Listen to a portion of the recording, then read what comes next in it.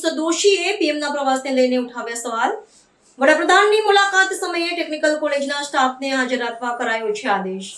સરકારી technical કોલેજનો staff અને વિદ્યાર્થીઓને હાજર રાખવા કરાયો છે આદેશ। ગુજરાતમાં જ્યારે પ્રધાનમંત્રી શ્રી આવે અથવા તો ભાજપાનો કોઈ મોટો કાર્યક્રમ હોય તો શાળા કોલેજોમાંથી ફરજિયાત શિક્ષકો અધ્યાપકોને વિદ્યાર્થીઓને કાર્યક્રમમાં ભીડ એકત્ર કરવાના બહાને ફરજ પાડવામાં આવી રહી છે।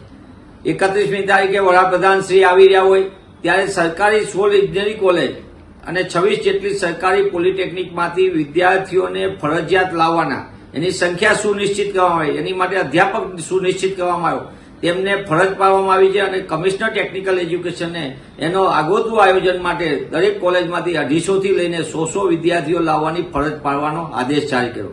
આ આદેશ મને એમ લાગે છે કે ટેકનિકલ એજ્યુકેશનને ખાડે નાખવાના વધુ એક કાવતરાના ભાગરૂપે હોય તેમ જણાય છે। એક તરફ સરકારી ઇજનેરી કોલેજ અને પોલિટેકનિકની અંદર, ડિપ્લોમા કોલેજની અંદર 54% થી લઈને 64% સુધી અધ્યાપકોની જગ્યા લાંબા સમયથી ખાલી છે।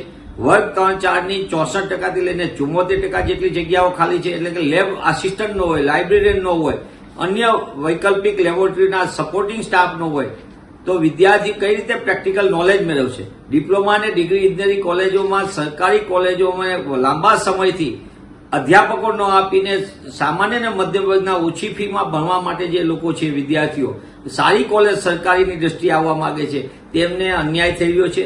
ત્યારે હું આપના માધ્યમથી કમિશનર ટેકનિકલ એજ્યુકેશનને પૂછવા માંગુ કે ગૂગલ ફોર્મથી તમે તમારા સાહેબને વાલા થવા માટે સરકારી આદેશ જાહેર કરો છો કે તાત્કાલિક વિદ્યાર્થી અને અધ્યાપકોનું લિસ્ટ મોકલો। તમને લાંબા સમયથી મોકલેલા લિસ્ટ પ્રમાણે કેમ અધ્યાપકો આ કોલેજમાં ભરતી કરવામાં નથી આવતા? વર્ગ 3-4ની ભરતી કેમ નથી કરવામાં આવતી? જો આ રીતે ચાલ્યું તો શું આ રીતે ભણશે ગુજરાત? શું આ રીતે ઇજનેરો બનશે ગુજરાતમાં?